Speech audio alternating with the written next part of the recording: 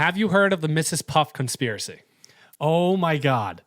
I saw a video on this, but didn't. Oh, yes. Okay. Yes, I've heard it, but please explain. Okay, so Mrs. Puff might have been a criminal in her past life. Yes. So there's an episode where she gave SpongeBob his license. I was going to say this exact thing to you, but I forgot to write it down. Well, in the episode, she gave SpongeBob his license after failing. Yes. And there's a quote that she says, "What have I done?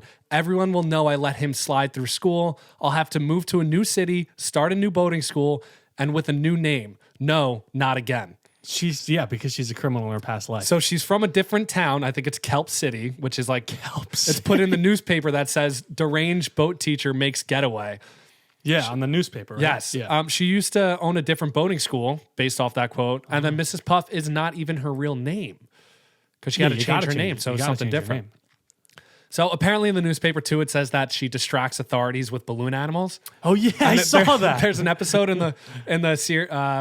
there's the one where she keeps going to jail and like she's like daydreamer or something.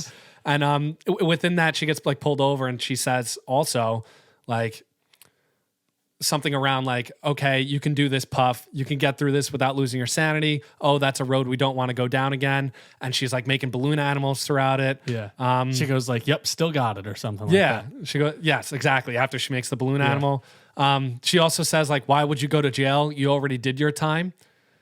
I think it's a fact. Like there's too much evidence to say she wasn't a criminal. I just find it life. incredible that they mix this like deep messaging into shows. Like I think so much goes into And characters. then they never beyond. tell anybody until someone figures it out. It's crazy. And I'm like, part of me thinks they do it like this one seems intentional, but the other part of me feels like they do it in some TV shows. Yeah, this one seems very intentional. Yeah, like it's Mrs. gotta Puff. plan things. She's a boating school teacher who once made a horrible mistake. It led to her loss of I a wonder business, what the mistake was. sanity, happiness, and any chance of Do finding you think love. she killed someone in driving, or like gave a criminal? I think she gave because she gave SpongeBob the license. She gave it to and someone she said who didn't not deserve again. it. So I think she gave it to someone who didn't deserve it, and something happened. And then she like doesn't. She's insane. She's an insane teacher. She is insane when you think about it. Yeah, she's like Mr. Crocker.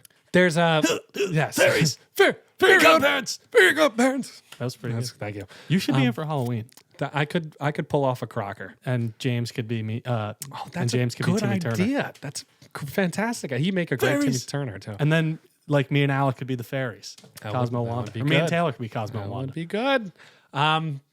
There's actually a scene in SpongeBob 2 where they're at like a party and Mrs. Puff is talking to a frozen sculpture of SpongeBob.